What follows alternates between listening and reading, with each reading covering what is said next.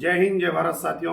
मैं Mohammad Naeem, noble India global trust national president. आज आप लोगों को एक बात बताना ज़रूरी है, क्योंकि हिंदुस्तान के अंदर 34,000 लाख करोड़ छाप के 275,000 लाख करोड़ का जो कर्ज दिया गया है, उसके चलते लोग कर्जे के दलदल में गिर के कर्जे की वजह से लोग परेशान हो रहे।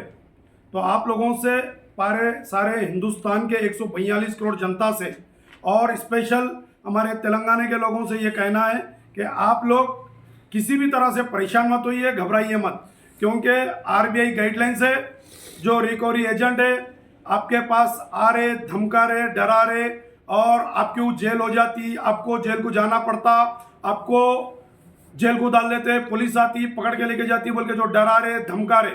तो आप लोग किसी भी चीज़ के शिकार मत बनिए और ऐसे धमकी के बातों में मत आइए, क्योंकि ये एक सिविल मैटर है और इस सिविल मैटर में पुलिस का कोई इन्वॉल्व हो नहीं सकता, क्योंकि क्रिमिनल नहीं है। क्रिमिनल के अंदर पुलिस का मैटर होता है, सिविल के अंदर पुलिस का मैटर होता नहीं है।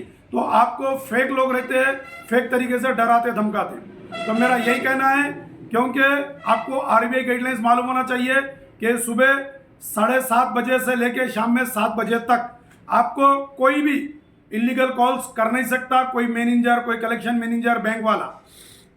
और उसके चलते हुए आपको अगर कोई डरा रहा, धमका रहा, तो आप सबसे पहले आपके लोकल टाउन से क्या 102 पे आप कांटेक्ट करिए।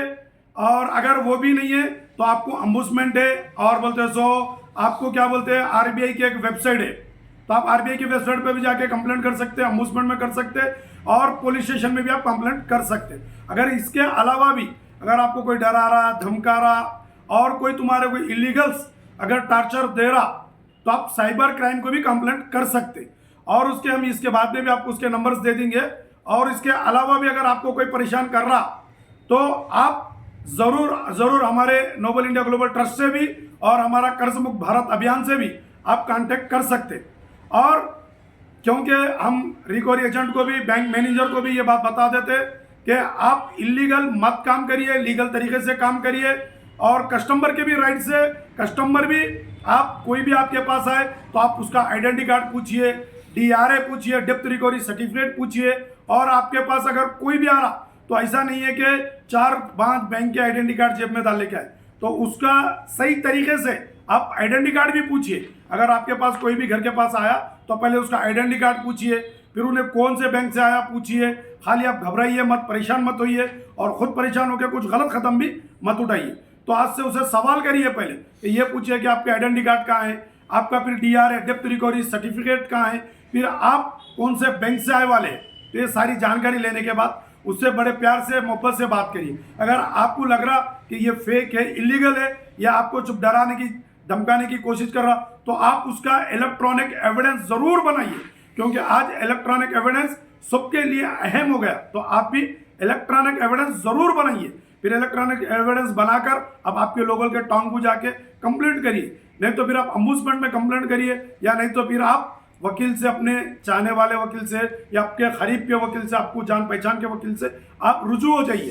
फिर आप संविधान है हमारे लिए और हमारे लिए कोर्ट है। तो बस यही कहता हूँ कि आप कोई गलत कदम मत उठाइए, कोई गलत डिसीजन मत लीजिए।